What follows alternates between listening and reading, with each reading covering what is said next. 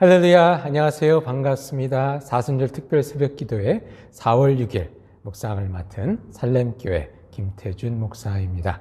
오늘 여러분과 함께 볼 하나님 말씀은 마가복음 5장 21절에서 43절까지의 말씀 함께 보도록 하겠습니다. 제가 봉독해 드리겠습니다. 예수께서 배를 타시고 다시 맞은편으로 건너가시니 큰 무리가 그에게로 모이거늘 이에 바닷가에 계시더니 회당당 중에 하나인 야이로라 하는 이가 와서 예수를 보고 발 아래 엎드려 간곡히 구하여 이르되 내 어린 딸이 죽게 되었사오니 오셔서 그 위에 손을 얹으사 그로 구원을 받아 살게 하소서 하거늘 이에 그와 함께 가실새 큰 무리가 따라가며 애워싸 밀더라. 12해를 혈류증으로 알아온 한 여자가 있어 많은 의사에게 많은 괴로움을 받았고 가진 것도 다 허비하였으되 아무 효용이 없고 도리어 더 중하여졌던 차에 예수의 소문을 듣고 무리 가운데 끼어 뒤로 와서 그의 옷에 손을 대니 이는 내가 그의 옷에만 손을 대어도 구원을 받으리라 생각함이라. 이에 그의 혈류 근원이 곧 마름에 병이 나은 줄을 몸에 깨달은지라. 예수께서 그 능력이 자기에게서 나간 줄을 곧 스스로 아시고 무리 가운데서 돌이켜 말씀하시되 누가 내 옷에 손을 대었느냐 하시니 제자들이 여짜오되 무리가 에워싸 미는 것을 보시며 누가 내게 손을 대었느냐 물으시나이까 하되 예수께서 이 일 행한 여자를 보려고 둘러보시니 여자가 자기에게 이루어진 일을 알고 두려워하여 떨며 와서 그 앞에 엎드려 모든 사실을 여쭈니 예수께서 이르시되 딸아 내 믿음이 너를 구원하였으니 평안히 가라 내 병에서 놓여 건강할지어다. 아직 예수께서 말씀하실 때에 회장당의 집에서 사람들이 와서 회장당에게 이르되 당신의 딸이 죽었나이다. 어찌하여 선생을 더 괴롭게 하시나이까. 예수께서 그 하는 말을 곁에서 들으시고 회당장에게 이르시되 두려워하지 말고 믿기만 하라 하시고 베드로와 야고보와 야고보의 형제 요한 외에 아무도 따라옴을 허락하지 아니하시고 회당장의 집에 함께 가사 떠드는 것과 사람들이 울며 심히 통곡함을 보시고 들어가서 그들에게 이르시되 너희가 어찌하여 떠들며 우느냐. 이 아이가 죽은 것이 아니라 잔다 하시니 그들이 비웃더라.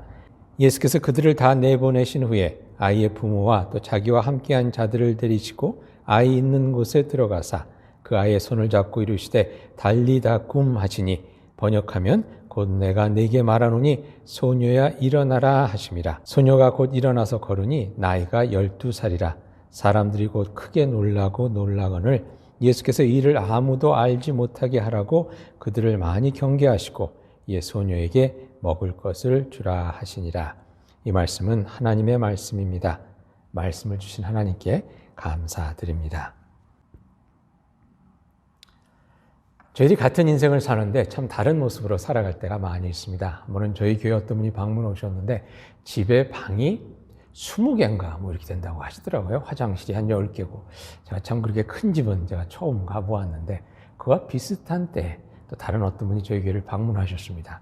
근데 신방을 오란 그런 말씀이 없으셔서 무슨 사연이 있나 그렇게 생각하고 있었는데 나중에 알고 보니까 그 조선족 분들이랑 함께 사는 그 아파트가 있는데 그 아파트에 있는 방들을 쪼개서 한 10명이 이렇게 조그만 아파트에 사시더라고요. 근데 인생이 참 어렵고 힘든 그때를 만나서 그렇게 어려운 환경 가운데 있는 그런 분을 또 본 적이 있었습니다.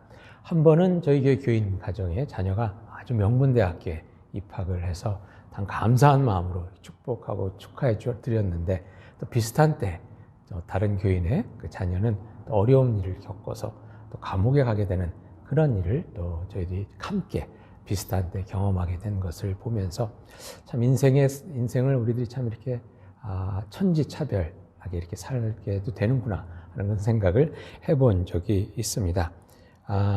같은 세월을 사는데 너무나 다른 인생을 사는 모습이 오늘 본문에서도 저희들이 보게 되는데요. 오늘 본문에 보면 먼저 회당장 딸이 나옵니다. 12살 먹은 아이인데 여러분 12살이라고 그러면 당시 유대 풍습에는 이제 성인이 되는 그런 나이였다고 합니다. 결혼도 할 수 있고 그야말로 참 꽃다운 나이라고 할 수 있죠. 근데 회당장이라 하면 그 동네에 그래도 유지라고 볼 수 있겠는데요. 그런 유지의 외동딸이었으니 그가 이 12년 동안 12해를 사는 동안 얼마나 참 그 부모가 애지중지하며 또 참 좋은 옷 입혀가며 좋은 것 먹혀가면서 또 피아노 레슨도 하고 뭐 가회도 시키고 이러면서 얼마나 참 귀하게 키웠겠습니까? 그런 참 복된 삶을 산 그런 어린 아이의 모습을 저희들이 보게 됩니다. 근데 또 본문에 보니까 같은 12년을 살은 그런 여인의 이야기가 나오는데 이 여인은 혈류증에 걸려서 12년 동안 참 고생의 고생을 다한 그런 사람이었습니다. 혈류증이라 하면 피가 멈추지 않는 그런 병인데요. 당시 유대 법에 보면 이렇게 피가 멈추지 않을 경우 그 몸이 불결하게 되죠.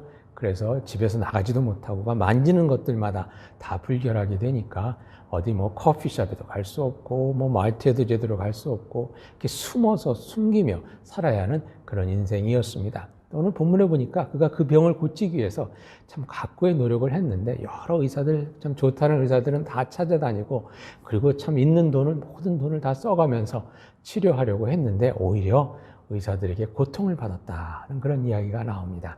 고쳐주지도 못하면서 또 이렇게 돈만 뜯어가는 그런 의사도 있었던 것 같고요. 그래서 참으로 힘들고 어려운 그런 인생을 산 여인의 이야기가 오늘 또 본문에서 저희들이 만나게 됩니다. 같은 12년 세월을 살았는데 한 여자아이는 참 복된 삶을 살았고 다른 여인은 참 힘들고 어려운 어떻게 보면 지옥 같은 그런 삶을 산 것을 저희들이 보게 됩니다.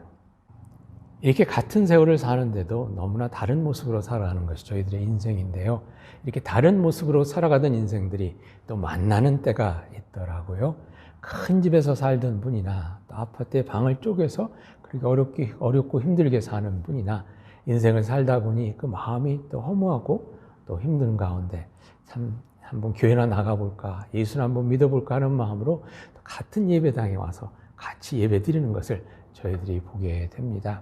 그리고 명문대학교 간 그런 자녀를 둔 부모나 또 참 감옥에 가서 힘들게 된 그런 자녀를 둔 부모나 참 그 자식 걱정에 똑같이 새벽 기도에 나와서 똑같은 곳에서 또 똑같은 시간에 그 자녀를 위해 기도 드리는 모습을 저희들이 보게 됩니다.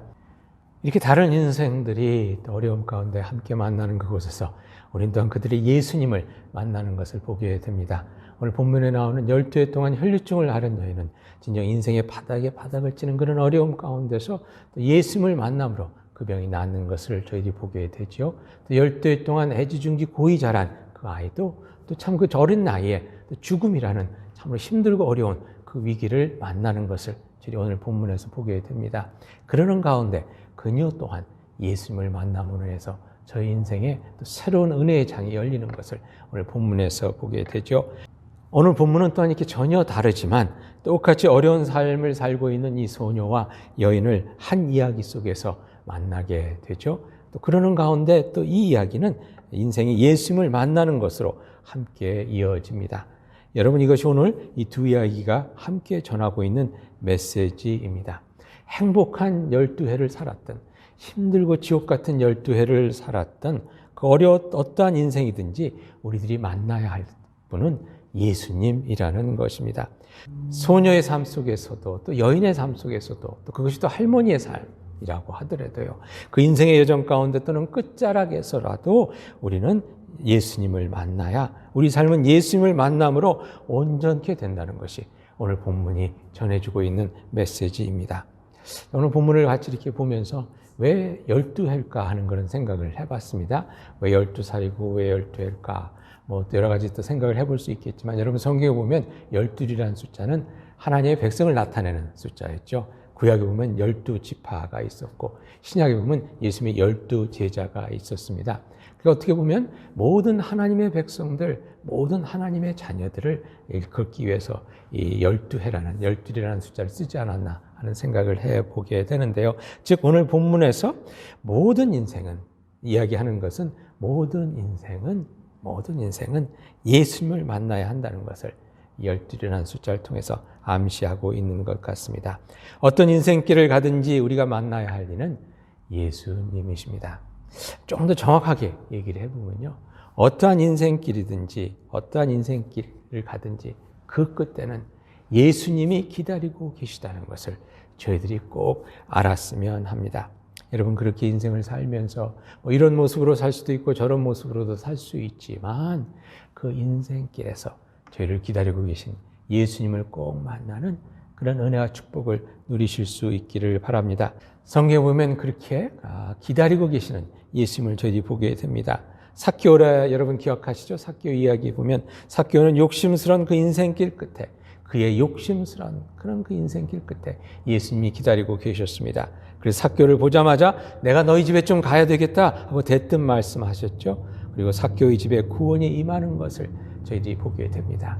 삭개오의 그 집에 하나님의 구원이 임하는 것을 보기를 원하셨기에 예수님께서 저를 만나기를 기다리셨다는 것입니다.